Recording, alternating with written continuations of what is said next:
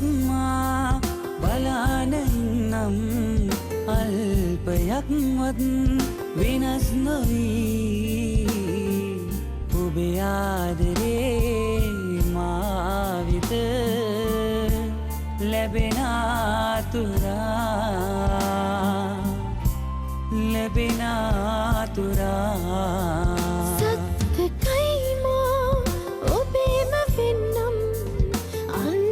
වත් වෙනස් නොවී ඔබේ ජීවිතේ මා වෙත පුතන ආතුරා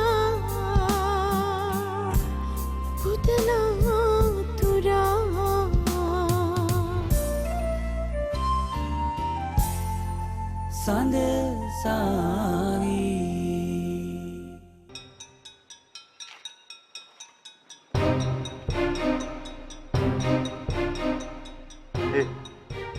පොඩ්ඩක් ගිහලා බලවරින්.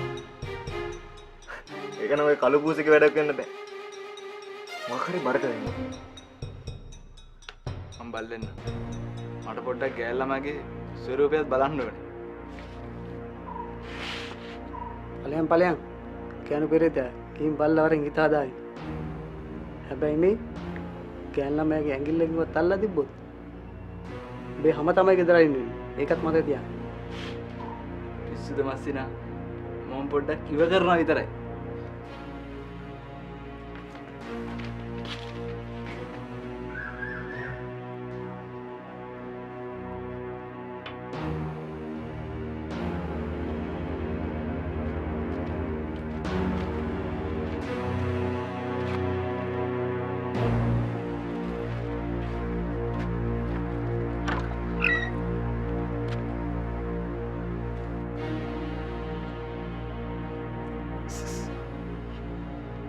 ජූඩි මැනිකේ බය වෙන්න එපා ජූඩි මැනිකේ.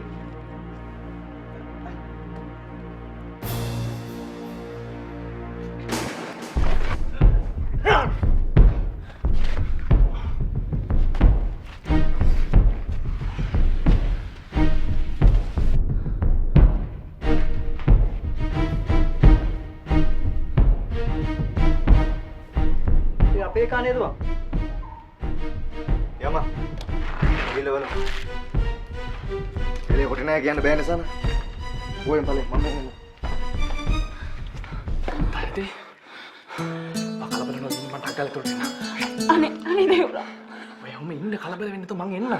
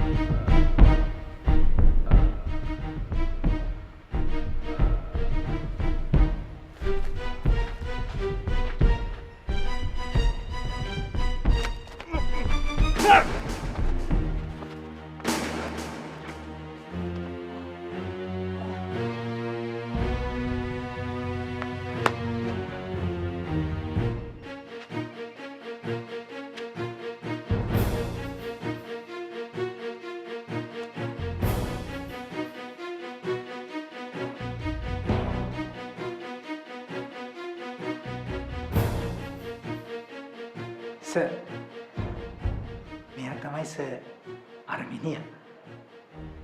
මෙයා තමයි සර් මේ වැඩේ කළේ. සර් මේ සර් දැන් තල්දුවේ වත්තට යන්න මගේ ක්ලබ් එකේ මිනිස්සු 3 දෙනෙක්ව මම එහෙ තියලා තියෙන්නේ. මට ඕනේ සර් එතෙන්ට යන එකයි.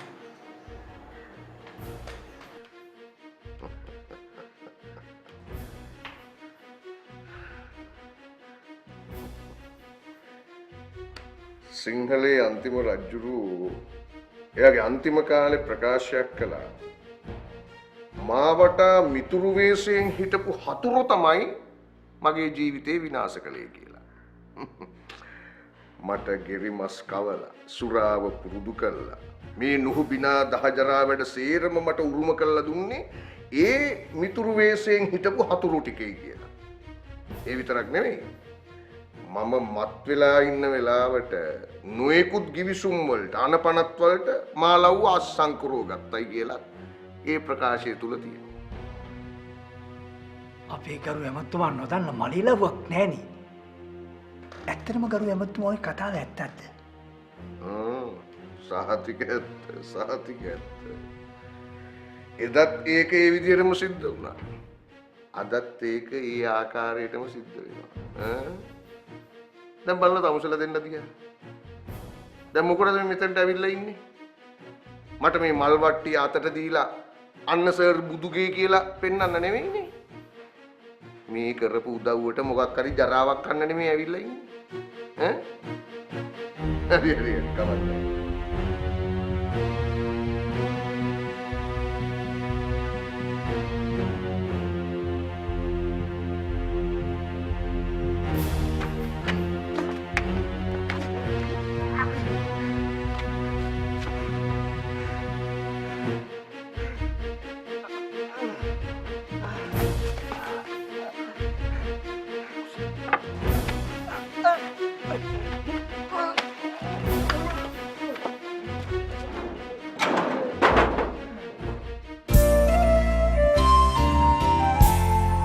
සඳ සාවී